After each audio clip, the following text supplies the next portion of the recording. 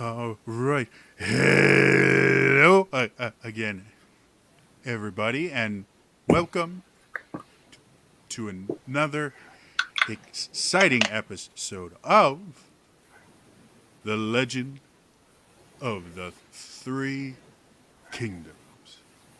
Yes, this is one of my custom games set in my uh, homebrew world, and the people below are the people that were crazy enough to give me control over the life and death of their characters, Mm. which some of them are starting to regret now. Okay. Um, to kind of bring us back into the story, a little while ago, the party was traveling through Fenreach and ran into some werewolves. Vala had a particularly close relationship with one of them, and decided that she likes her meat a little rarer now than before. And when they got into Valakovia, they realized that her lycanthropy was going to provide an issue, not only with the fact that she would probably try to eat them all once a month, which brings a whole new meaning to that time of the month, but also that the rest of the people in Valakovia would try to banish her to the wilds of Fenrish or outright kill her. So they made their way to the Temple of the Wise Sage to see if they could find someone to cure her. After going through the city, they were able to find kind of an outcast cleric who was willing to perform the ritual for them. And they met him outside of the city to go through that. Last week, the party, or last session, the party members were all involved in this ritual, and two of the four party members had gone through their portion of the ritual, triumphing, though one of them just barely triumphed. And so now we have the continuation. Unfortunately, we are missing one of our players due to some tech issues and IRL stuff. So, unfortunately, we will just kind of gloss over their challenge and go to our final challenge. So,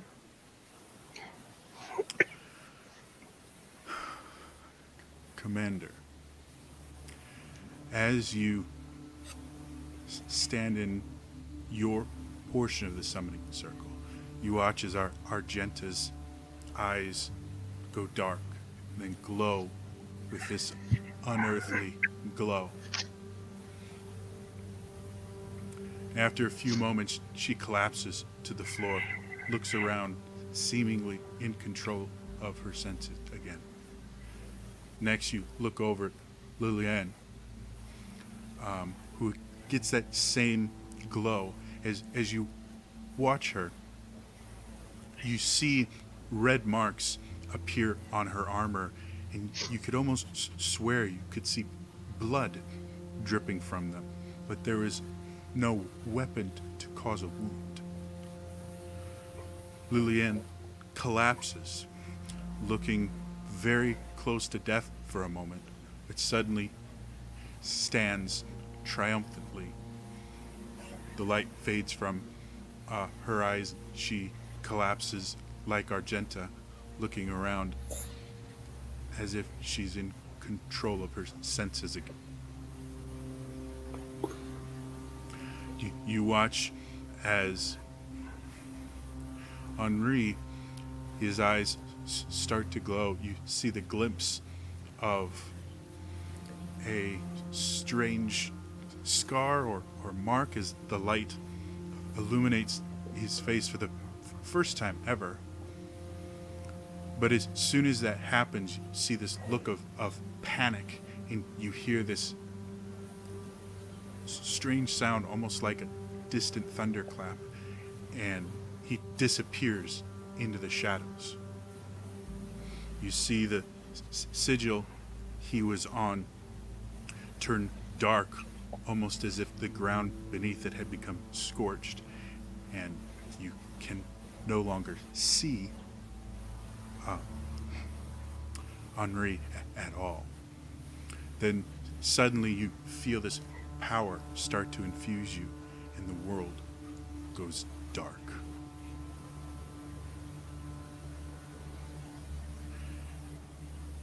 As you blink, trying to regain your vision, you suddenly hear a crack right next to you. It's a very familiar sound, the sound of a firearm letting fly a bullet. You hear another much quieter crack as the bullet impacts wood. Blink a little more, you start to see around you. You hear the crack again, but you don't see where the bullet's coming from. It sounds like someone has taken a rifle and fired it right next to your ear. But every time you look for the source, there's nothing around you.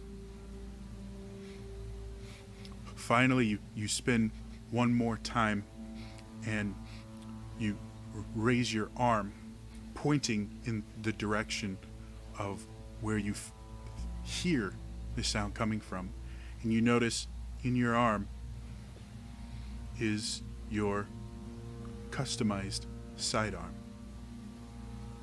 You can feel its weight, and there's something about it that feels different, almost as if you can feel power flowing through it. Without thinking, you kind of toss it back and forth between your hands, spin it a few times just to get the feeling of it, and then look down the sights. As you look down, you see a familiar sight. A wooden cutout of a humanoid. There's no face on it, no defining features. It's just vaguely humanoid shaped. And there are two targets, one on the chest, one on the head. You've seen this before, hundreds of times. It is a very common sight to see in the Holy City and anywhere where gunslingers are trained. It is a target dummy. As you look around more and more, you start seeing more of these target dummies in different places. And as your eyes focus, you can see buildings, but they don't look complete. They look like facades. And you start to remember the training arena where you first learned to use a firearm. This particular one would have half a dozen gunslingers in it, each one having 3 or 4 different wooden cutouts that they could raise or lower using a pulley system to kind of surprise you and give you the feeling of being in a place where you needed to very quickly react, find targets, and fire at them. You seem to remember You used to be pretty good at this. You hear a sound far too familiar to you. It almost makes you groan. The sound of a starting pistol, signifying your trial had begun. Without thinking, you ready your weapon. Where you are right now, you can see the facade of a house to your left, the facade of a forest in front of you, and the facade of a keep to your right. Behind you is nothing. What do you want to do? How many targets are near me right now? Right now, you don't see any targets. But you do know generally what would happen is you would choose a direction, and that's when they would start making the targets jump out from their hiding spots.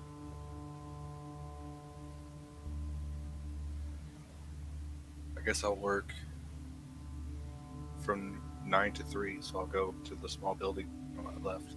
Okay. You start moving forward. The facade of the building itself has a doorway with no door, a window, and a front porch area that has a kind of half wall in front of it with a few chairs and things. As you walk forward, you hear the familiar sound of ropes and wood rubbing against each other. Suddenly there's a cutout in the doorway. What do you do? Can I discern if it's not one of those, what am I trying to say? Like a decoy where it's an innocent or a hostile kind of a thing? Make a perception check.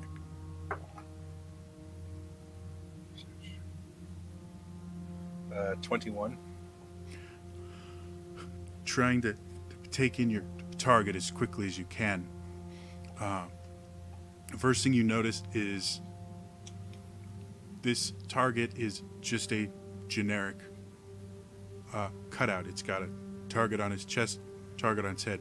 Normally, in this situation, they would have painted ones to try and trip you up with innocents versus combatants. But this isn't, which seems somewhat strange to you. Before you can really process all of that, you suddenly feel a sharp pain as you hear a familiar cracking sound of a firearm letting off its action. I should probably roll to hit first. Does a math is hard. 16 hit you. Yes. Okay. You feel your shoulder erupt in pain as you take 9 points of piercing damage, and you feel the blood start to drip down your shoulder. Then I shoot the target. Okay, make your attack roll.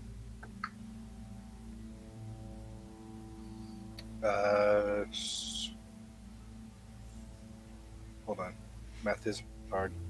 23. As you fire, were you aiming for chest or head? Head. As you fire right between the eyes, you hit it square. The wooden cutout, the back of it explodes out and it falls down flat. As that happens, two more figures pop out, one in the window, one popping up from the porch area. What do you want to do? I go for both. Okay. Because you're firing so quickly, it'll be a little bit harder. Go ahead and roll the first one normally. The second one will be made with disadvantage. Okay, so I'll go for the roof first, and then the one on the ground second. I mean the porch or the window? Porch, yeah. Oh, I'll go for the window first, and then the porch second. Okay. So it's 24 for the first one. Okay.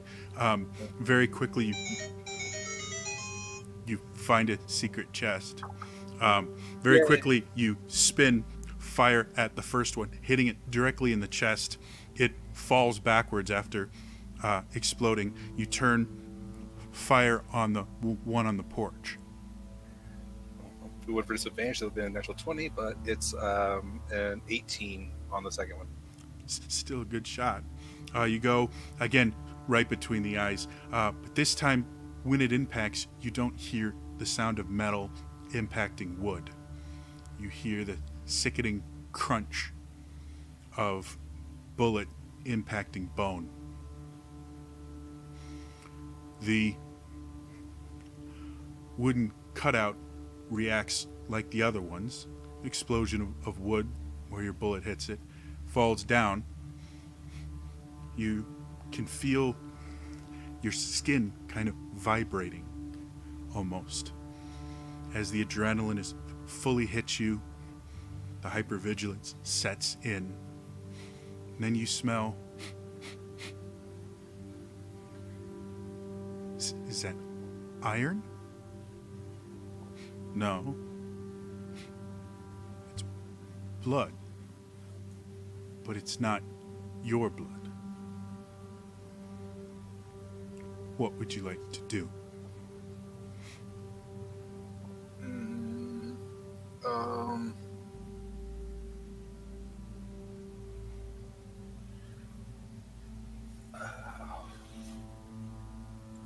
That seems like a way to try. Well, I guess nothing's a waste. Are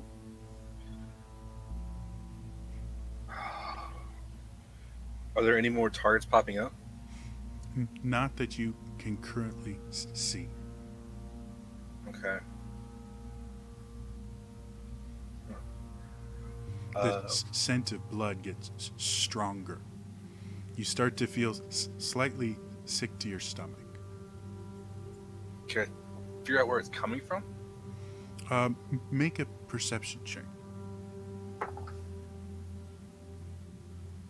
That's a 13. Okay, looking around, you're having a hard time figuring it out, but the smell is getting thicker and thicker to the point where it starts to, the air itself starts to feel thicker and sticky with this scent. And you keep looking around, you start wandering. Suddenly, as you step forward a little bit, you feel this squish underneath you. You look down to see the dirt that you're walking in is covered in blood. You trace the trail back to the porch where you can see blood pooling from somewhere behind the porch you can't currently see. I run up to the porch. As you come over, you instantly recoil as you see the wooden form of what almost looks like a mannequin you might use for creating garments, things like that, lying on the floor. No features or anything like that, made of wood and cloth. But as you look where the head should be, you see a massive hole.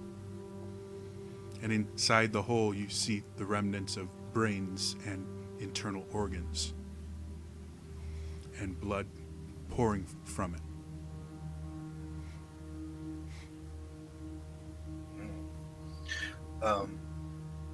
I guess it's beyond recognize. There's nothing to recognize. From the outside, it is a blank wooden mannequin. Okay, I see what you mean. Just somehow this wooden mannequin has internal organs. So I guess I'll make my way around towards the woods. Okay. Keep As going you spin around, make me a dex save. in. Okay. Dex save. 18. Natural 18 plus. It's a 22. Okay. As you turn around, you're suddenly face to face with this massive were creature. You can't even tell what part animal it is. It seems to be an amalgamation of lions and tigers and bears. Oh my. Oh my.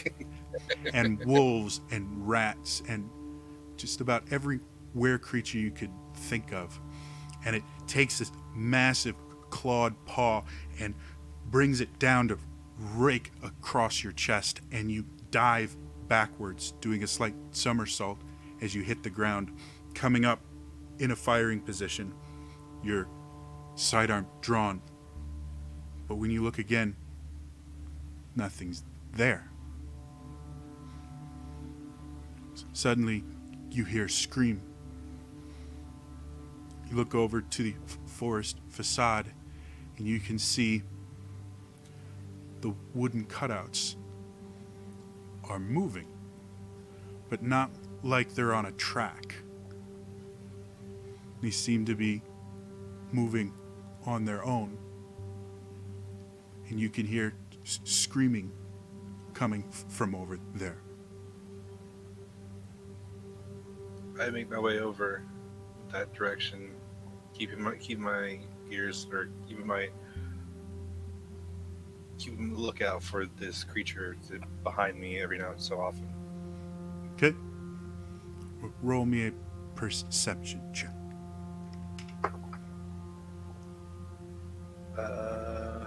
21. As you get near, you hear movement beside you. You bring your sidearm up, ready to fire, and you see a cutout come rushing towards you. This one is slightly different. Instead of just target on the chest, target on the head, this seems to be painted with the visage of a woman. And as it gets closer, the paint moves. The expression on the painting goes from terror to recognition to agony as she runs towards you. Help! There's a creature, we don't know what to do. It's hunting us.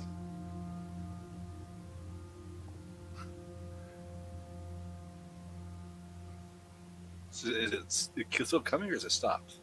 It comes right up to you and kind of falls down on its knees, which shouldn't be possible, but it does. Okay. I'm going to preemptively reload silvered shots, because I only have one shot left. Okay. So I have 4 shots of silver.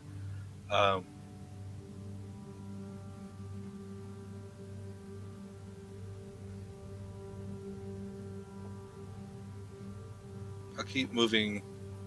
How close am I to that facade? About 20 feet away at this point. Huh. You can see movement within. You can hear screams. You're again starting to get that smell of blood. Okay. I'll make my way closer to it, but still trying to keep space so I don't have to get within the melee of this, whatever it is. Okay. Make me a dex save again. Nat 20. Okay. So As you're moving forward, you suddenly feel something around your leg. The wooden painting is shifted again, now reminiscent of a dress figure made of wood and cloth, and it is now wrapping itself around your legs. Please, please don't leave me. Please, it's going to take me. Please, please. As it grabs at your legs, you start to feel yourself lose balance as you both become tangled up with each other. And you pitch forward. Sensing the loss of control, you let the fall happen, twist to take the fall on your right shoulder, roll back up and kick her away so that you can get your footing again. Now you are closer than you intended to be, but in control.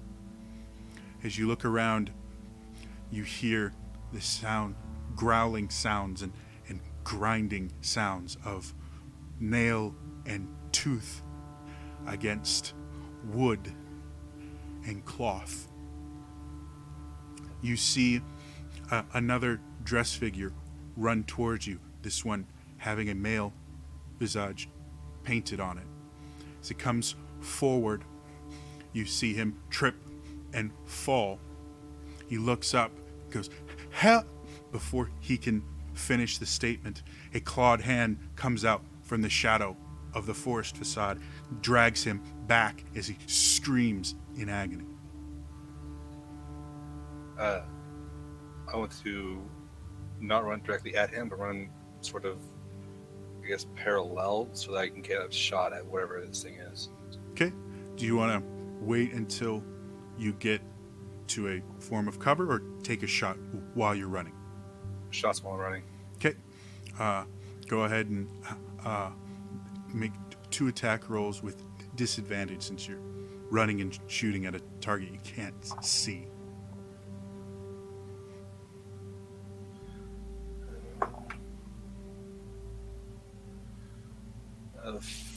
Disadvantage, that would have been a 14 for the first one.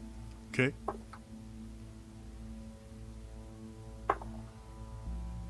Second one would have been a 15. All right. You fire off the first shot. You hear the familiar sound of bullet hitting dirt. You fire the second shot. Then you hear bullet hitting flesh. A loud roar erupts. And as you focus on the area you just fired, which is too dark to see due to the shadows, suddenly a figure comes running out. The dress figure from before is running at you, painted tears streaming down its face. You can see its leg looks to be scratched, but mostly in one piece. What would you like to do? God. I'll go ahead and reload those 2 more shots while I move around and look around. And then I'll make my way, not keeping at least a 10-foot distance. Well, no, okay, 15-foot distance. I wanted to walk in a circle around that point and try and get an eye on whatever that was. Okay, make me a perception check. That was really good, and then went really bad. Perception 9. Looking, it's too dark for you to sense anything as you move around. Suddenly, the male dress form comes up to you. Please, my brother, he's in there with that thing. What do we do? Help us. The woman comes up behind him. Please, what do we do?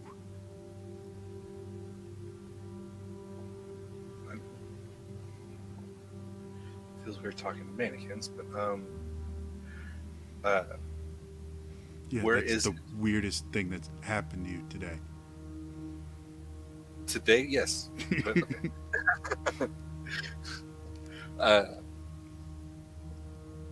I'll ask, where is it? The male speaks up. It's right there. It almost took me leg off. Can't you see it? No, I don't see it. What do we do? It's gonna come back for us. You've got that wee pea shooter. You can't keep us all safe. Okay. I'll where am I relation to where okay, so if I was walking in facing the facade, where am I at now in relation to where that thing was? So the facade is about 15 feet in front of you, and it's multiple, basically wooden cutouts of trees. Mm-hmm. But wherever the light is coming from is casting very deep shadows. There's about a dozen different trees you can see, and they seem to go back pretty far, farther than you think they should. Okay. So you're about 15 feet away from the front line, and the creature is about 10 feet behind, or where you think the creature could be is about 10 feet behind that, where the shadows just get too dark for you to make out much other than the few trees back there. And again, to your left is the about 60 feet away is the home, and to your right is the keep, another roughly 60 feet away. Okay. Do I see like a torch or a fire anywhere? In the keep, if you look past the gate, there seems to be two sconces with torches in them. But that's all the way at the keep. Mm-hmm. Okay, that's not gonna do any good. Actually, do I have? I do. I have an explorer's pack. I have torches. I'm good. Or actually, do I have my explorer's pack? I didn't realize I didn't ask. As you kind of reach for where you normally would keep it, there's nothing. You are here simply with your bullet pouch and your sight on. Of course. Okay. So I'll start moving closer to, I guess, towards the facades, and keeping my eye line towards that spot I thought he was at. Okay. Make me another dexterity check with disadvantage.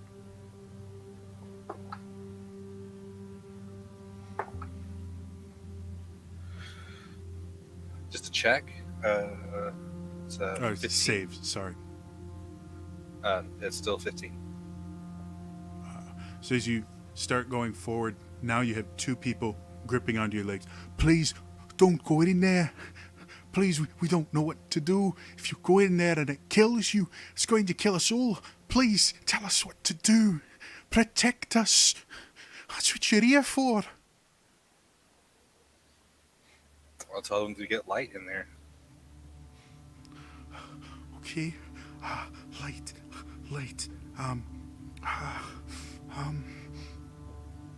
And the man starts digging into a belt pouch, and you can see the dress form starts to change a little more. It now has wooden fingers.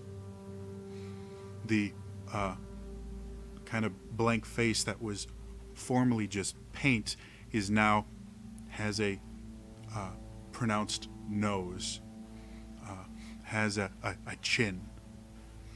Still, the expression is painted on it with moving paint. As he flips around, he goes, "Oh, I've got it!" And he takes out a tinder and just starts striking it. And suddenly, light erupts next to you as he's made a makeshift torch out of part of a tree facade. He says, "What do I do with that?" tell him, can you throw it over? And I'll point in the direction of where I thought the creature was. And I'll say, throw it over there. Make me a persuasion check.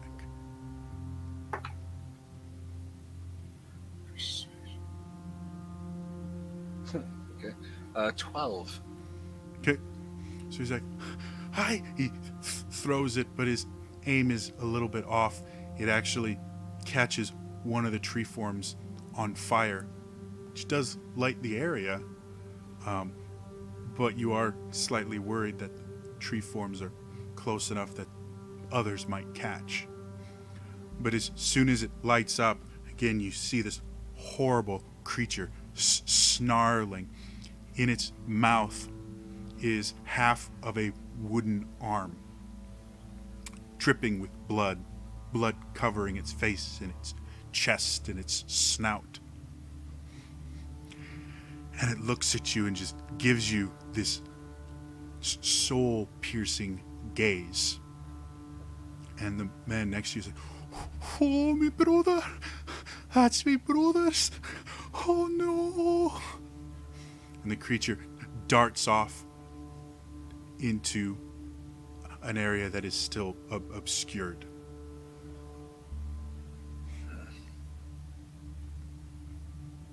The woman starts chiming, we're gonna die. We're gonna die. There's nothing we can do. We're gonna die. Probably. And I'll go off and try and see where it went and shoot it from there. Okay. As you step into the darkened area of the forest, suddenly you step into one of the shadows, and instead of it acting like a normal shadow, like that, your vision turns off. You look around, you can't see anything, but you smell the smell of blood and of rotting meat.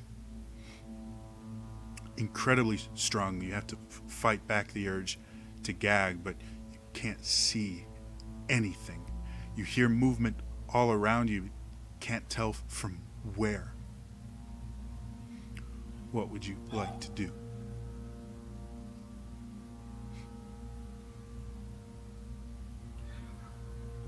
You know that scene in the Gunslinger? I'm kidding. I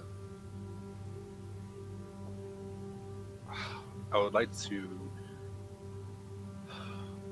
I guess, if I step back out, can I step back out of the shadow? Or is it kind of like once I step in, I can't step back out? You can try it. You don't know. You haven't tried yet. I'll try to step out of the shadow. Okay.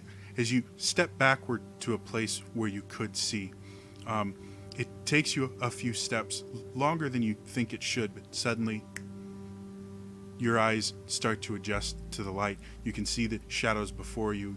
You can see the woman and the man behind you, dress forms. And as your eyes kind of adjust, Okay, all right. does that's bad, 9 hit you? No. So as your eyes start to adjust, this claw comes forward, slashing at your face. Almost on instinct, you kind of pistol whip it away and kind of throw yourself back, stumbling a little bit as this creature reaches out, tries slashing at you, goes back, and suddenly the torso of a mannequin gets thrown at you. You can't think to do anything but kind of catch it. As you can do, you see half of a head sitting there as blood is dripping out of where its arms should be, where its legs should be. And you can see a painted expression on there of terror and pain that is unmoving. I'll set the mannequin or the wood figure down on the ground Mm-hmm. and say, "Found him," and I'll go back into the shadow. Okay. Eyesight is gone again. and I'll try and focus. Just I know you said there's sound everywhere, but I just want to try and focus and listen for the sound of what I would assume that creature would make. Okay, make me a perception check.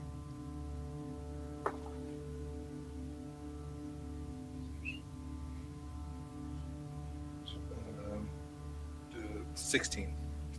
So as you sit there focusing, you trying to figure out what's wind, what's just regular sounds, and what is this creature that seems to be attacking from the darkness. Does a 23 hit you? Yeah. As you finally focus on a sound, you turn, point your sidearm. What's it called again? Fury. Fury. You point Fury at it, and suddenly feel fire erupt from your shoulder, very close to where you were shot before, as claws dig deep into your skin and slash all the way across your chest, Ow. doing 17 points of slashing damage. Oh, I gotta do math. Hold on. Ow. Okay. Creature hits hard. Yeah, you aren't joking. I will just whip around and take shots right where it came from, Okay. where I feel that it is. Make me 2 attack rolls with disadvantage.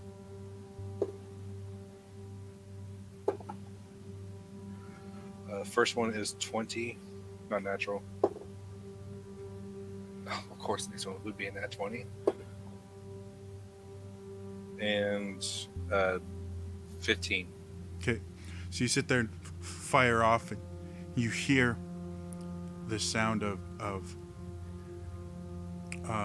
the first shot hitting flesh and a growl of anger. The second shot hits trees and dirt. Can I take the 2 more shots, or is this kind of like an initiative sort of thing? I'm just trying to figure it out. That was basically your turn. Cool. That's what I'm trying to figure out.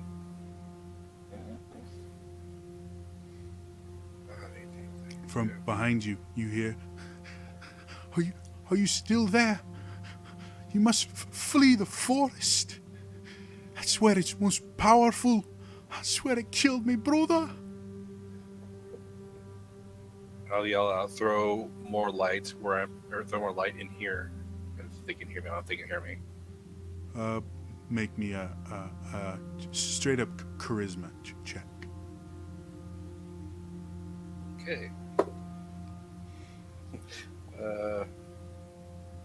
8. As you sit there trying to yell out to them, it feels almost as if the wind picks up, gets louder and louder, buffeting your ears.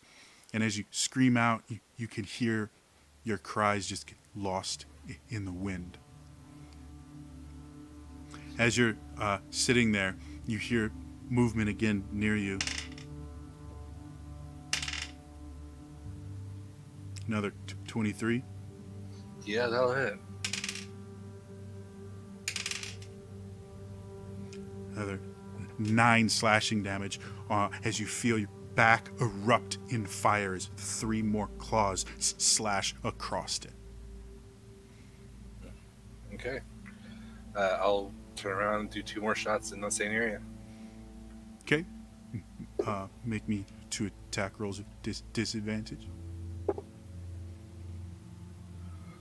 First one is a 25. Okay. Second is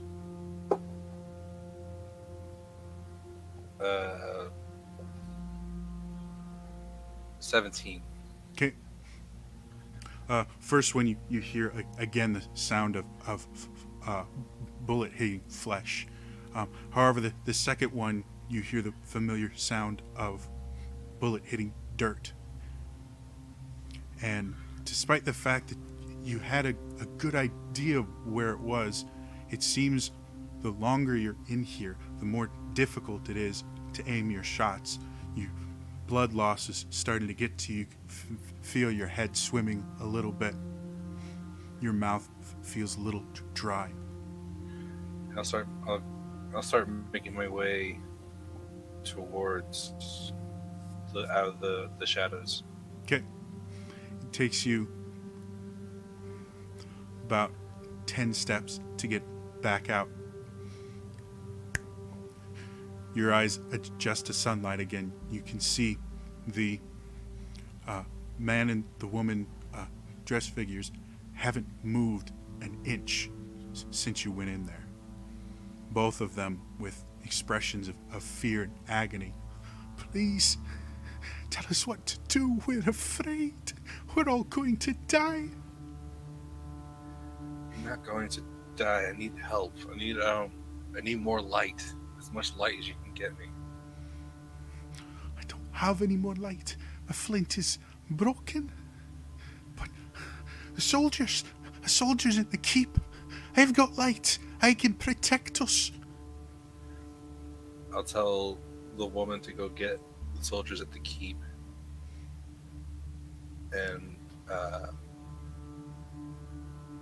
reload my pistol at the same time. Okay. As she begins to run off, you hear the man, what do I do?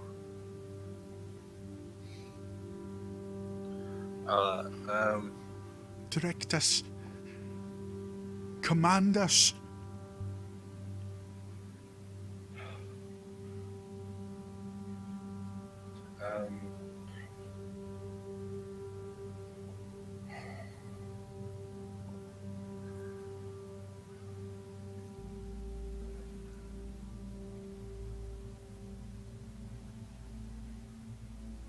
And it's still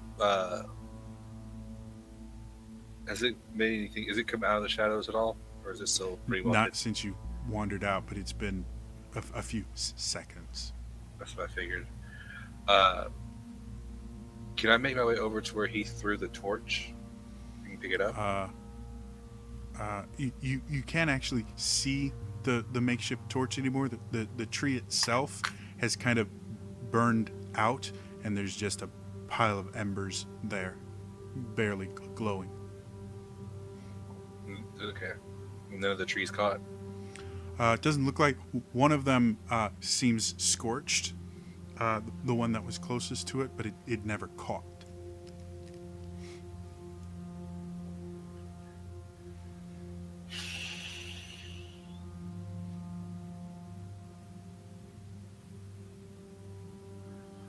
Huh.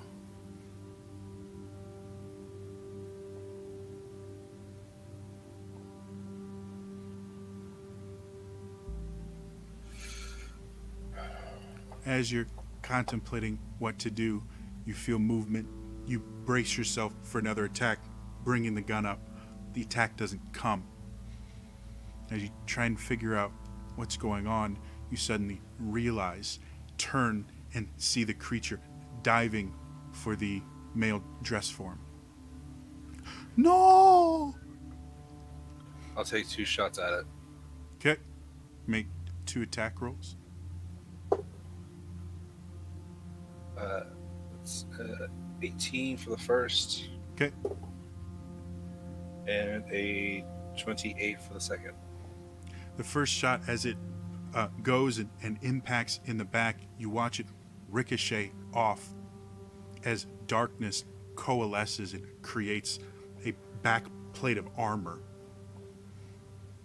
Seeing that, you aim even closer for where you would assume a gap in a traditional suit of armor would be. Fire, and you hear the creature howl in pain as you see this black, brackish blood start spewing forth from the wound you just created.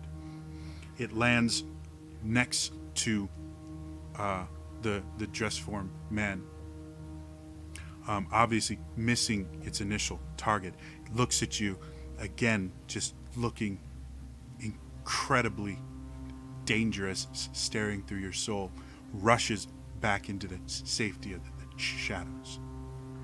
Can I get shots on it before it makes it to the shadows?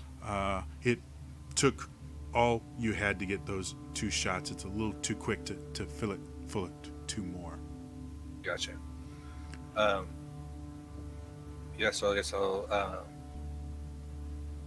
I will stand. I'll stand in front of the male that is left and just wait until I see. Wait for this thing to resurface itself. Okay. You hear movement from behind you. You spin to see the female dress form coming towards you, but it's no longer a blank dress form.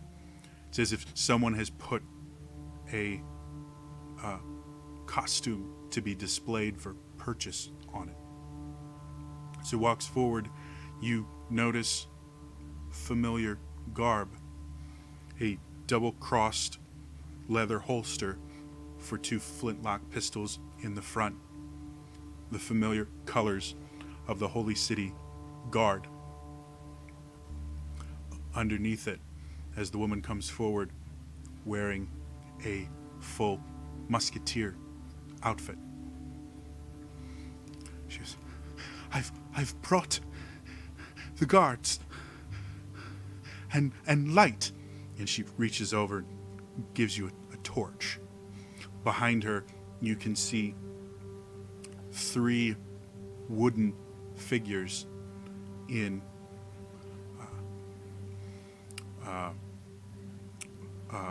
military uniforms carrying pikes as they walk forward. What do we do, sir?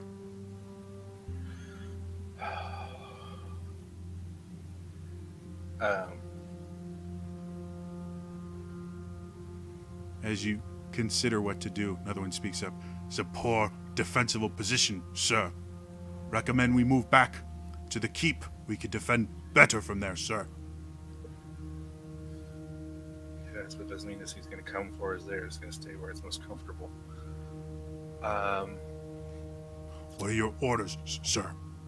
I will say get the civilians to the keep and get them safe. Sir, we see only one civilian, sir. This one civilian to get him back to the keep. What do I do, Commander? You be safe and get out of here. I can do that. Avenge me, brother. And he Do my best. runs away. You kind of watch him as he goes. One of the 3 pikemen travels with him. As he crosses the threshold, you see him change slightly. His form gets wider, shoulders broaden. He suddenly is wearing a white tunic, brown leather pants. In his hand, you can see a hammer. Suddenly in the distance, you can see an anvil, and he immediately runs over and starts working something on the anvil.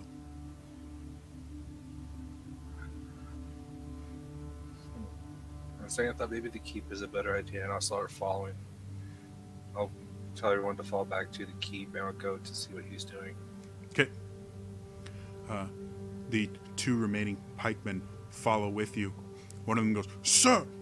Swings around his spear right as the creature appears. Creature swings at him, and as it gets close, he plants one end of the pike into the ground. The creature impales itself on the pike, pulls it back off. It's bleeding even heavier, runs back away. Without missing a beat, the female musketeer draws both flintlocks, goes down to one knee, fires 2 shots. You hear one hit dirt, another hit bone, and a growl. You hear the female musketeer, "Don't worry, I'll cover your retreat. Go!" tell her, no, you're coming with us. We're not leaving anyone behind. I'll come as soon as you're free. You can cover me once you are in a more defensible position. She takes the rifle from her that's slung on her back, brings it up to her shoulder. Go, quickly. I don't have many shots. I need your cover, sir. And I'll hurry up and go so I can get to the cover to help her. As soon as you get to cover, you hear another crack as she fires off a shot. She looks back to see you in place, starts running towards you. From behind her, you see the creature running full tilt at her. What would you like to do? Dump 2 shots into it, and I will burn a grit and do I'll do a forceful shot on it. So okay, go ahead and roll your forceful shot first. That's a 22 to hit. Okay, as you sit there and fire, you hit center of mass perfectly.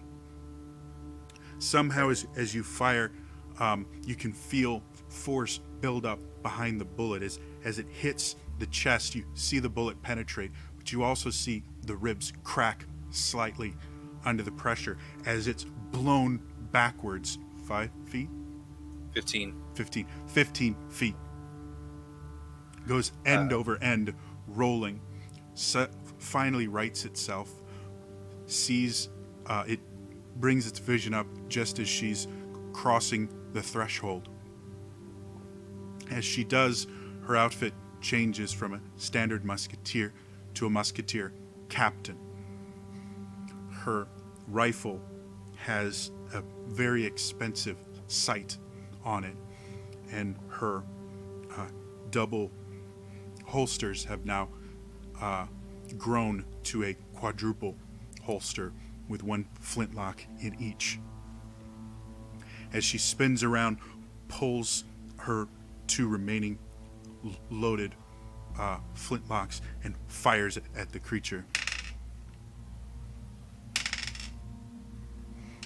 first one hitting it right in the eye. You watch as the eye explodes. The creature howls in pain.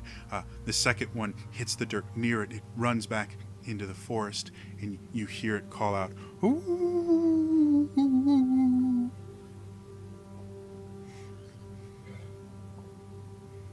The pikemen come towards you and start getting taller and taller and taller. Suddenly their legs start to grow thicker, and then they split. And then out of their stomachs, a bulge comes out, and you hear the familiar sound of a horse neighing as they're now mounted on wooden horses carrying exquisite-looking lances and large shields. Your orders, Commander. Can you teach me how to do that? Let's see. How far away from the keep right now? You're all in the keep currently. Oh, we're in the keep. Got you. Okay. I'll say. So these have 4 mounted. You said. You have total 3. 3 mounted. There's 3 pikemen that now turned into lancers. Okay. I will post them at the door, seal the gates, or seal the main door, and have everybody. Is it so? I'm guessing this is now an actual keep. Is not a facade anymore. Doesn't look like it. It still seems to be made of wood, but it's really impressive. Generally, it would just be painted wood with maybe some boxes or things to give different levels. This looks like just a wooden keep. Okay.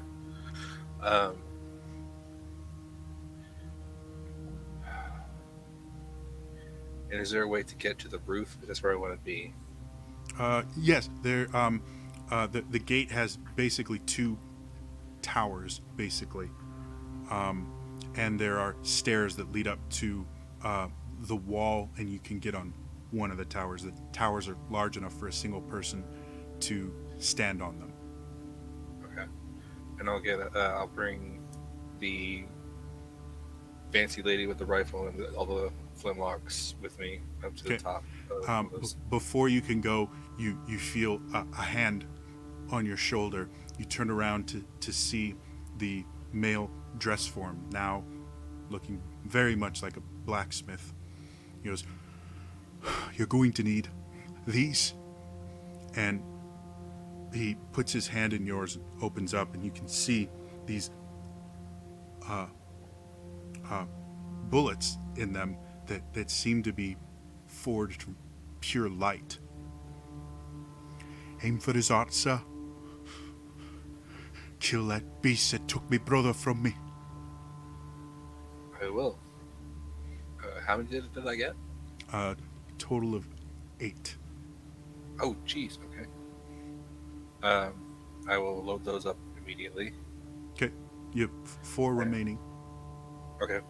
And I'll make my way up and keep my eyes out for this creature.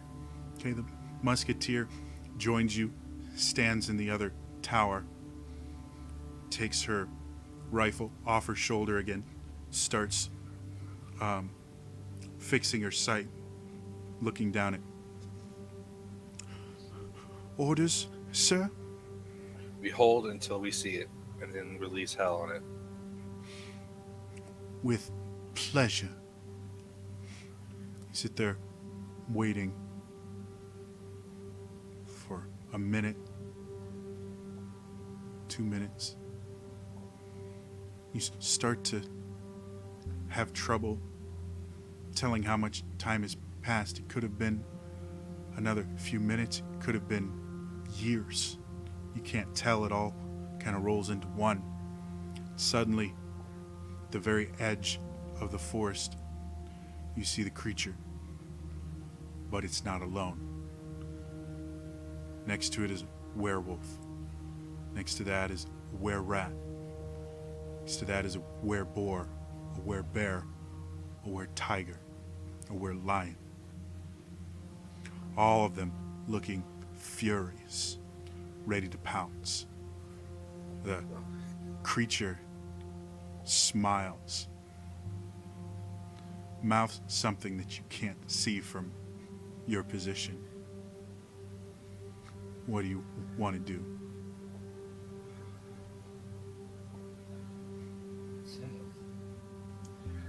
I will tell the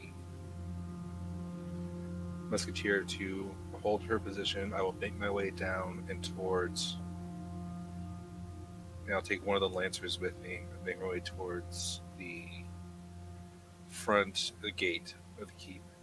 Okay, are you going to stay on the inside or go to the outside? I'll stay on the inside for the first little bit. Okay, you're at the gate. There's a portcullis in front of you that's been dropped, but it's made of wood. The lancer's sitting there, kind of looking at you somewhat strange. It's obvious his lance is going to be somewhat useless with the portcullis in the way. Orders, sir. Have they moved? Do I see them anymore? You can see them not quite as clearly because you're no longer at a good vantage point. They don't seem to have moved just yet, but you literally just got there. Okay. Let's see. I will. We'll go ahead and raise it and go on the outside of it. Okay. Of the portcullis. You still keeping just one lancer with you? Yes. Okay. So you both go outside. As you step out, you see the army of creatures start rushing towards you. with the main creature traveling slowly behind them. You hear familiar crack as the were-rat flies backwards, a large portion of its skull missing. And I will. I want to aim for the main creature. Okay. I'll take 2 shots at it. Since you're basically firing through people, they'll be made with disadvantage. Actually,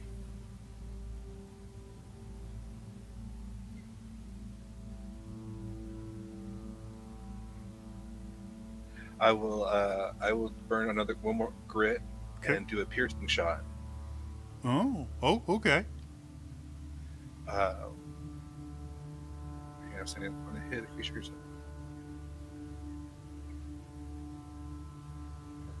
Oh. Make an attack roll with disadvantage against every creature in a line directly behind it. So how many, if I were to aim for the main creature, how many would be in front of it? If you shift around a little bit, you can get 2 of them plus the creature. Okay. Yeah, so I will do that. Turn off or 1 grit.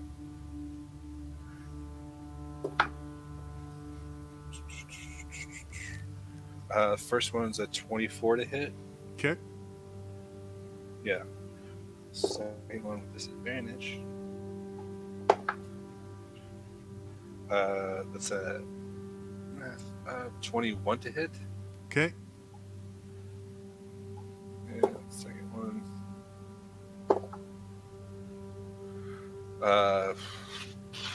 That's 19 to hit. Okay. So you start running forward, slide on your knee. As you come to a stop, you bring Fury up, take a shot. You see the bullet go, hit the first creature right through the heart. As the light hits it, it explodes in a kaleidoscope of color. Second that was a were-tiger. Second creature behind it is a werewolf. It's running on all fours. The bullet goes straight through its head. Again, it explodes in a kaleidoscope of colors. The creature's behind it. He sits there, brings his hand up, and you see this wall of darkness appear in front of him. As the bullet hits it, you watch the darkness crack. The bullet goes straight through. And you see it impact his stomach, where there's now this large, glowing object. As it cradles the wound, drops down to one knee and howls in pain.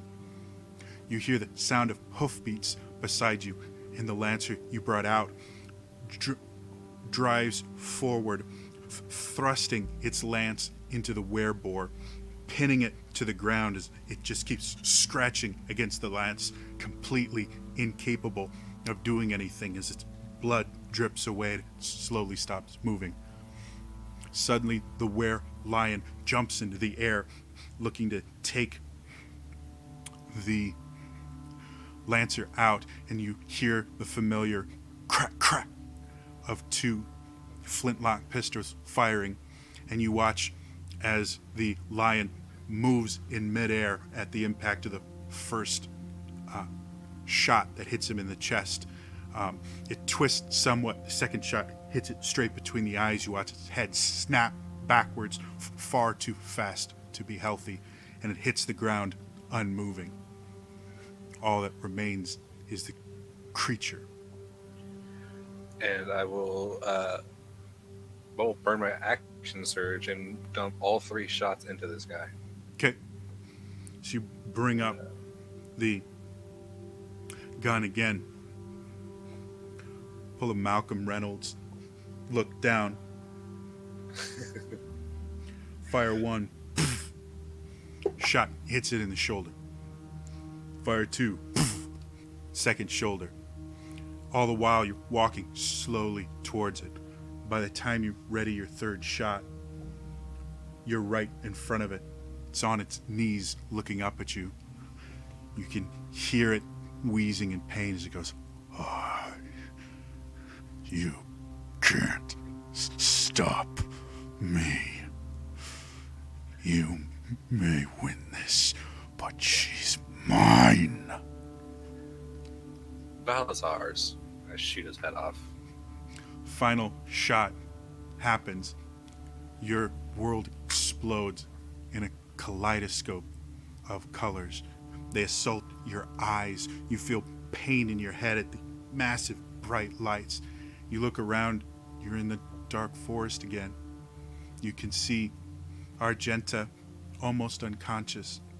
Liliana barely holding on to consciousness as well, and you fall to your knees exhausted, as if you've been hit by a battering ram after running a marathon.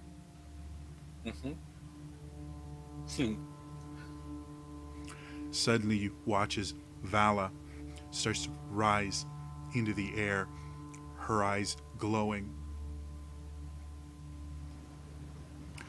Vala. Yes.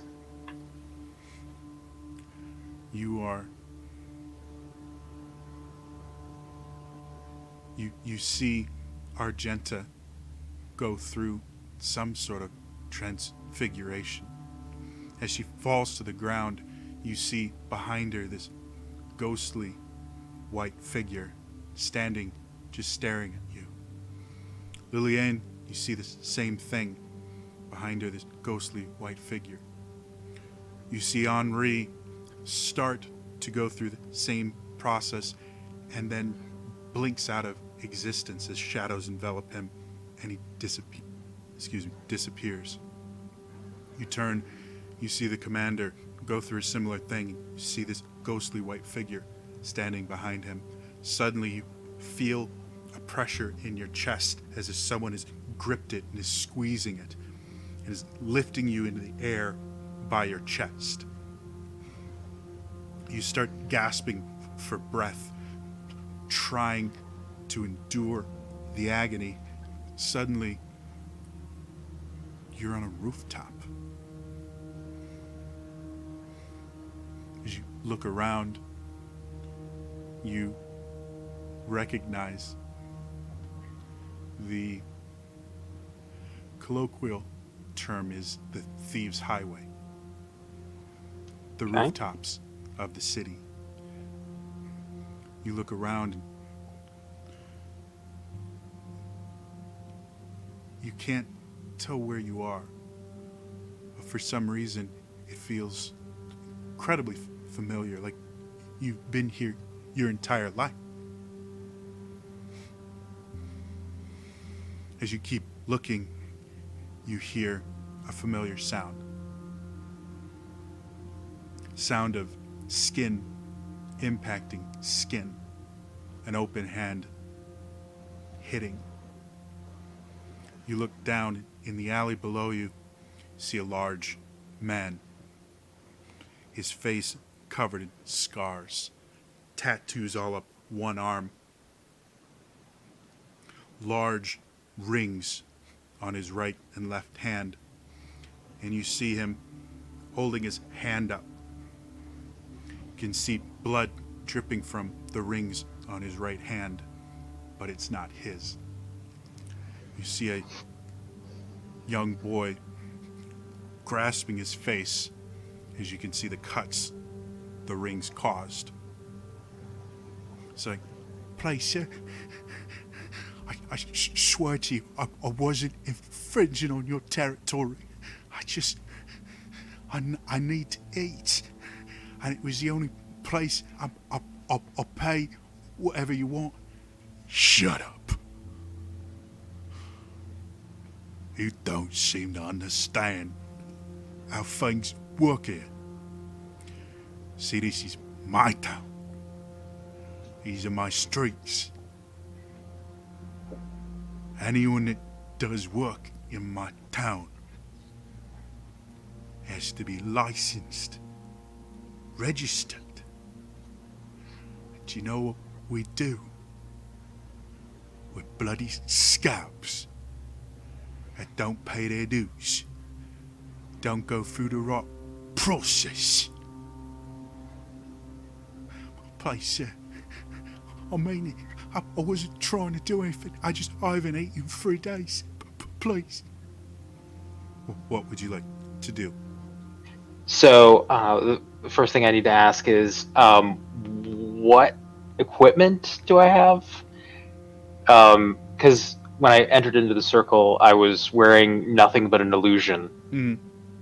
As you kind of feel yourself getting familiar in your own body, you can feel the familiar kind of comfort and uncomfort of a leather breastplate, leather greaves, and armor. Okay. On your hip, you feel you normally use rapier. Yep. On your hip, you feel the familiar feeling of your frog with your rapier in it. Okay. On your left side, you can feel a bandolier with a few daggers in it, and a belt pouch. You can feel some vial of something. You can't tell what it is because it's very dark right now. Okay. But if you take off the stopper in it, you get a very strong smell of oil. Okay. I will. How high up am I? You're about 20 feet up. Okay. Do I see an easy way down? There's some crates stacked up against the opposite wall. The alley's about 10 feet wide. So in the opposite wall, there's some crates stacked up that you could use to get down. Otherwise, there's 2 goons standing next to him that, from experience, make really nice landing pads. And there's the tattooed man himself. All right. I will. As you bring your hand up to adjust your hat, brilliant red feather sticking out of it, you feel a feeling you haven't felt in a little while, as you can feel your domino mask. All right. So I will. All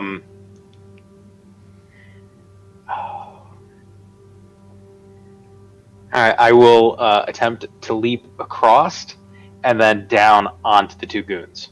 Need a dexterity check. Acrobatics. Acrobatics, excellent. 15. Okay. As you jump over, you miss the other roof by inches, but you land on the crate. As you do, you make a little more sound than you intended, and one of the goons looks over to see a boot flying at his face as you land about 5 feet away from the other goon and the tattooed man. Okay, I will pull my rapier. Okay. And look dashing and say, "Friend, we don't need to have any trouble. Walk away. Let this boy go. He's small fish." The goon starts to dive towards you. What would you like to do? I will slash at him with my rapier. Okay. Is his boss within 5 feet of him? Yes. I will also, in that case, I will cast Green Flame Blade. Okay. So 1 attack against him, 1 against the other. So go ahead and make your attack roll. Okay. That's a natural 20. So as you sit there and the goon starts to rush towards you, you take your finger, trace it along the base of the blade towards the end, and when you stop, flames continue going. You bring the sword around, you do a lateral slash with it, cutting open the leather armor he's wearing and making it fall off as you thrust into him, and a burst of flame happens that blows him backwards, the gaping hole in his chest, and the flames jump as if controlled to the man next to him. You can see the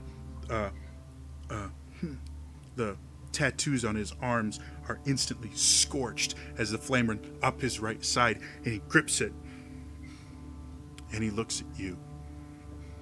He goes, "You've made a wrong mistake."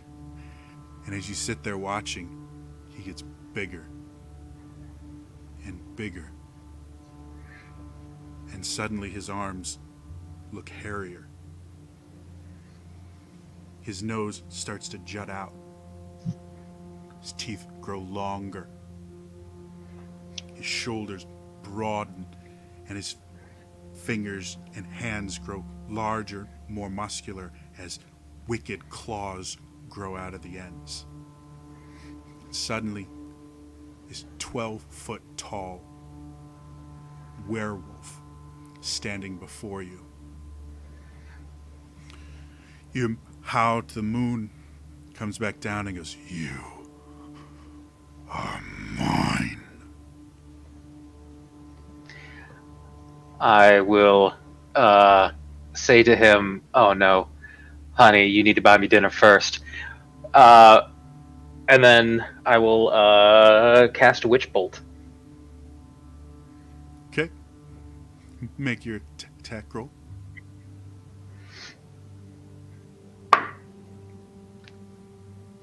Natural 20. Switch dice? Damn. So as you sit there and you bring your free hand up and you point it at him, this bolt of electrical energy flies towards him and it impacts him directly in the chest. And he sits there and he looks at it. And as if it was a garment, picks it up in one hand. He goes, "Do you really think your puny powers can hurt me?" As he says that, suddenly you see a flash of light out of the side of your eyes. A luminescent form of a muscle-bound woman carrying a pair of, remind me, axes, Argenta? An axe and a silver dagger. Axe and a sword. Comes and plunges them deep into the chest of the creature. He lets go of the witch bolt as it strikes him and starts electrocuting his entire body, cries out in agony. See, you don't understand. It's not my power. It's hers. I belong to her. And now you're going to pay the price. He sits there, bashes the luminous form away. The weapons disappear, but the wounds remain. What would you like to do? He's going to hit him with the witch bolt again. Okay, you sit there and force another wave of electricity into this beam. You hear him cry out in pain. He goes and puts his hands around your throat. And you start feeling your lungs cut off from air. You start to panic. You can feel your throat being crushed. Suddenly, in the corner of your eye, you see light and movement. This woman comes flying from the air, holding a long sword with radiant flames coming from it. Comes down, slashes down, and the hands around your neck suddenly let go as they fall to the ground, no longer attached to the arms. He sits there looking at his missing hands. And as he does that, two bone claws erupt from the stumps. no longer able to grip anything, but still deadly. You.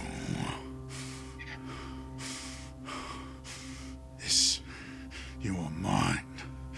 You cannot fight this, even with your puny friends. I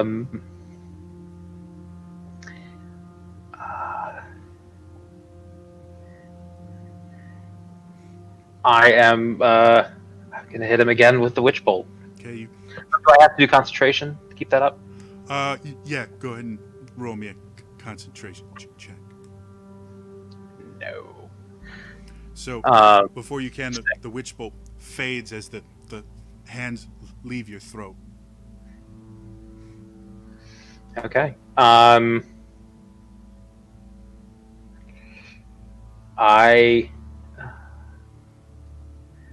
I will cast light on my sword Okay, to illuminate the alleyway.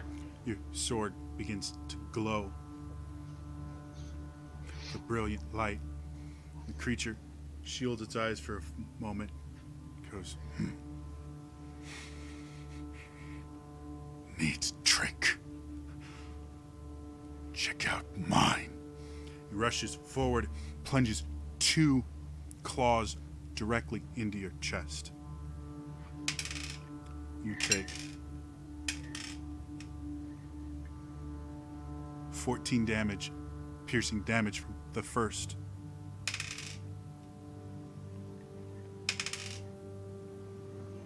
Th- 13 damage, piercing damage from the second.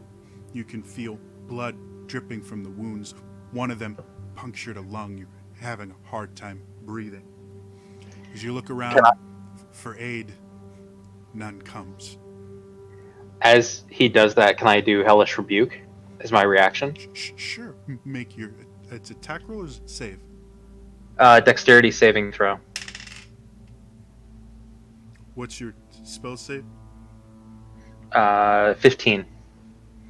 As you sit there and you feel the infernal power building within you, you unleash this torrent of flames towards him, cauterizing the stumps and causing him to fall back, the claws still sticking in you, but no longer attached to his arms. Okay. Your friends have failed you. Soon, I will control everything. I will attempt to dislodge the claws. Okay. And Constitution's saving throw.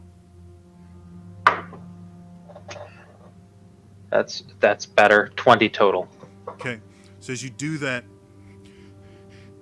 you pull them out, and again, one of your lungs is collapsed. You're having a hard time. Every breath you take is only half a breath. You can feel the blood leaving your body in buckets.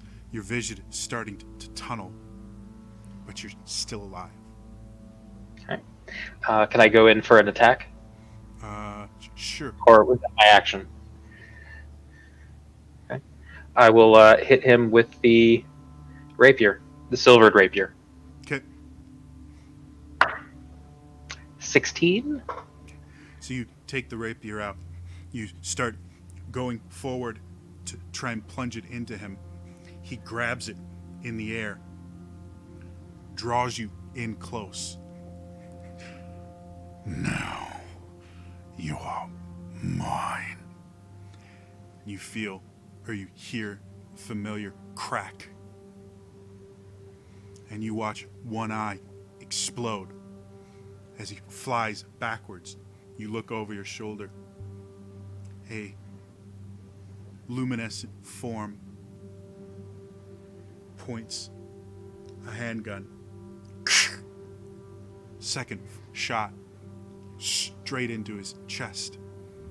You can hear him breathing heavily, gurgling as he coughs up blood. You see him taking a low stance, starting to lunge at you, trying to bite at your throat. do you want to do?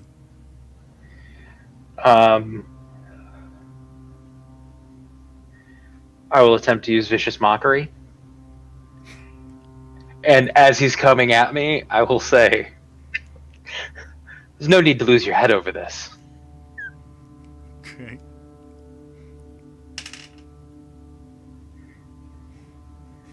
As you sit there with your retort, you start weaving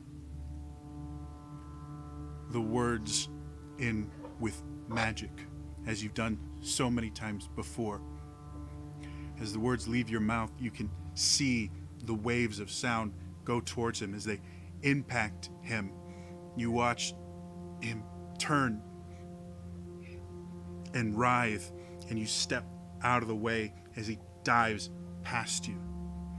One clawed foot turns to try and rake across your chest.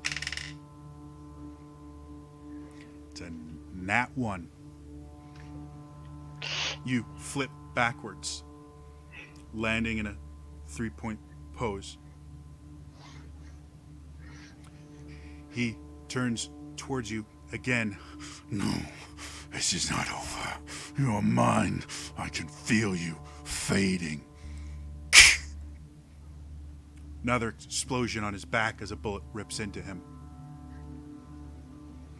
He cries in pain as an axe appears in his other shoulder.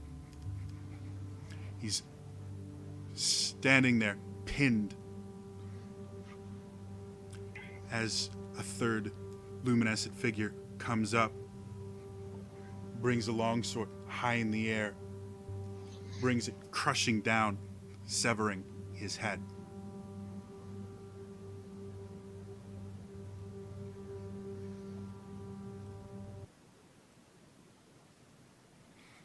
Suddenly, you're back in the forest. You're sprawled on the ground, but your lungs feel lighter. As you breathe in, you can smell the earth around you. You can feel the grass beneath you. Argenta, Lilane, Commander, you all are incredibly weak. But you see Vala lying on the ground, breathing, after she'd been raised into the air, coughed blood, wounds appeared out of nowhere. She's now lying on the ground, breathing. You watch her eyes open. What do, Val? I'm gonna look myself over and then turn toward Henri and see if he's reappeared. You look over. No Henri.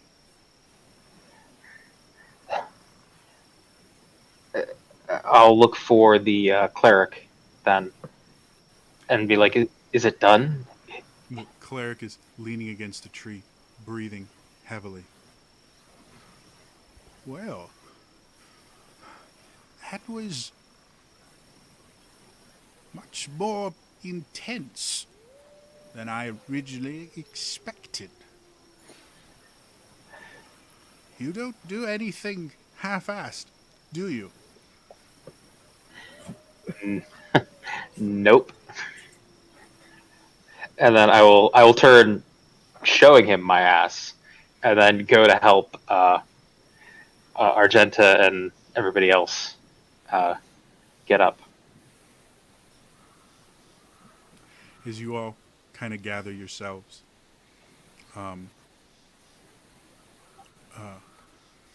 the cleric brings over your clothing. Goes, you may want to put these on.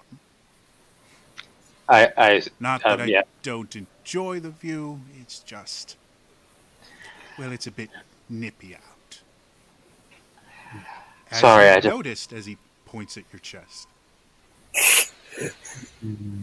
It's very exhilarating, and I will blush and start dressing myself. Well, I would recommend you all get a good night's sleep. Um, you're going to feel that for a few days. But it Do you? seems to be successful. I'm guessing I can see the moon, and I am not changing. Yeah, though you do taste blood. As you kind of bring your finger out to your mouth, there is blood in your mouth. You believe it's your own, though. What about our other friend? Do you know what happened to him? I do not. I can tell you, had he performed poorly in the ritual, he wouldn't have disappeared. He would be dead. Whatever happened to him, it was not of my doing. No, I, I'm grateful to you. I owe you. Yes, you do. However, there was an exchange of goods for a service, so guess we could call it even. Now, if I can ever be of service to you, please let us know. I'll keep that in mind. Having the vigilante and her friends at my beck and call might be useful.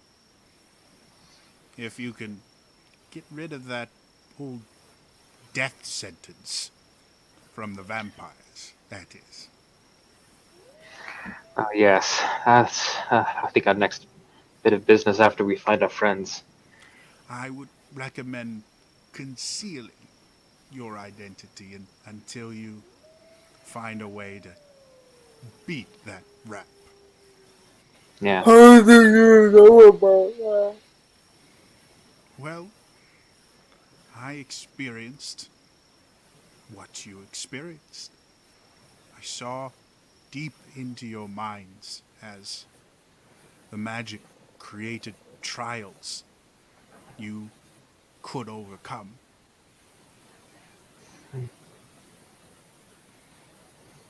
Hmm. That and there's fresh wanted posters that have been posted for about a week now. Hmm. You honestly really don't do you justice. Can't get the smile right. Well, I mean, yes. Okay. The water the so the vigilante usually so all There are of us. posters for every one of you, though, for your dark friend there. The poster is a little bit more imaginative with fangs and claws and the rest. In a certain light, they resemble you, but it's more of like someone who had heard of you once described you to an artist. Mm. So if you don't bring too much attention to yourselves and don't stand right next to them, probably get away. This is good advice. Well, it is very late, and I do not enjoy sleeping in the wilderness. I am going to return to my home to get a good night's rest. Yes. Thank you again. As a, let's say, added bonus, if you were to be taken by such a curse again, it will find you are significantly more difficult Hmm. to overtake than you were before. A side effect of the ritual. That's good.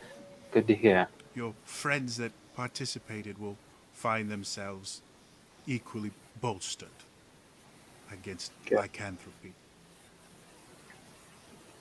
Good. Oh, well then. I wish you well.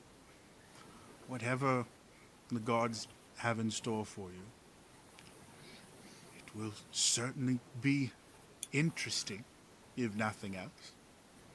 I can tell there's something special about you all. Good Hmm. luck. Thank you. And he walks off. So in the inn, or are we roughing it? We've been I, roughing it for a while. I feel guilty leaving with Henri missing. I feel like we have to stay close for when he shows back up. I'd go chasing after him right now, but I think all of us are in rough shape. Let's just find the closest inn we can find to this location, so we can come out and check again the next day. Better than a patrol stumbling on us. Yeah, we don't need to ask if you have any questions for anything like that. I would often stay out here by myself, but we all know what happens when I go wandering by myself. Yeah, you're banned from being in the woods by yourself for a good while. You're grounded. I can't argue. Thank you. I owe all of you as well. You put yourselves on the line for me again, and thank you. This was certainly an experience. Mm-hmm. And you're all we're all more resilient against lycanthropy. I mean, there's that. Not all of us, but us here are at least. It's true. All right, let's go find an inn. I'm tired. Maybe with a bath. Yes. Okay, you guys return to the city. You are able to find an inn for the night. I believe you guys had one, didn't you? I don't think so. Okay. Well, you guys find one, and that is where we are going to end it for tonight. As a note for you four, you all now have a character feature called The Blessing of Resistance, and it gives you advantage on any checks to resist lycanthropy.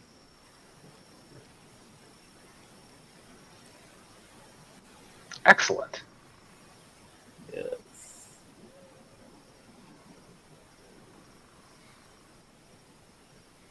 So, thank you everyone that tuned in. I hope you enjoyed it. If you missed any of the episodes, I do upload all these to my YouTube channels, youtube.com/TrainerJody. Check them out there. I have this and my other campaign, The Kingdom of the Kale Isles, on there. And I also have other various D&D related things. Like I just recently did an in-depth guide to the new Artificer class that was released in Unearthed Arcana. And I also have a series I just started last month called Play Your Faves, where I turn your favorite characters from TVs, movies, video games, comics into D&D character sheets that you can download directly from my Patreon, patreon.com/TrainerJody, and play at your next game. And I also explain how I built them so that you can build them yourself or continue playing them afterwards and still get that feeling that you're playing these iconic characters. So anyway, that's all for me today, and I'll see you guys next time. All right? Bye-bye.